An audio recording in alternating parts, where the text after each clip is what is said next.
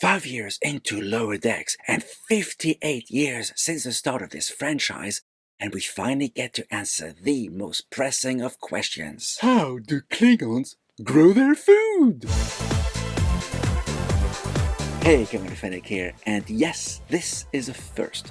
We spent a fair amount of time on a Klingon farm as we reacquaint ourselves with Ma, who we've seen a few times before. And he's fallen on hard times, having lost his command, and now works on his family's farm with his brother, Malor. But all this is about to change as Mariner shuttles back into his life, keen to get him his command back. And it's a bit of a Klingon nostalgia fest, what with the return of Corinne, who first appeared at the very start of this show's run, and we see Targs of various sizes, and the infamous Klingon pain sticks. And despite all those nods to the past, this was actually a fun and enjoyable story with a couple of satisfying twists to the tale. And the return of Klingon blood being purple. Funny how their blood keeps changing between red and purple depending on the episode of the movie we're watching. Must be something to do with the lighting. Anyway, yes, This was a good story, filled with interesting elements and finally introducing us to this season's ongoing story arc, which actually showed up in the season premiere,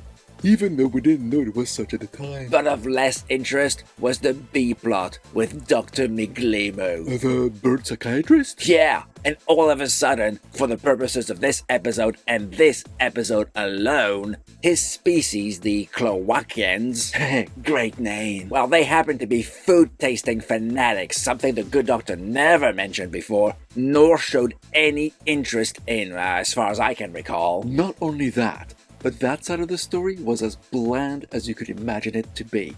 Some Cloakian food critics come on board, loathe the food they're being offered, challenging the Doctor to prepare some non-replicated food for them. With the help of the captain, for some reason. Them not liking it, leading them to imprison the Doctor, all for a stupid, juvenile twist at the end that a 4-year-old could have come up with. Why were these two utterly unrelated stories spliced together, and why on earth could they not have come up with something better? That story was so bad, in fact, it actually managed to lessen the impact of the Klingon side of the episode, which was fun, original, and more importantly, had heart. Come on, Lower Decks, do better.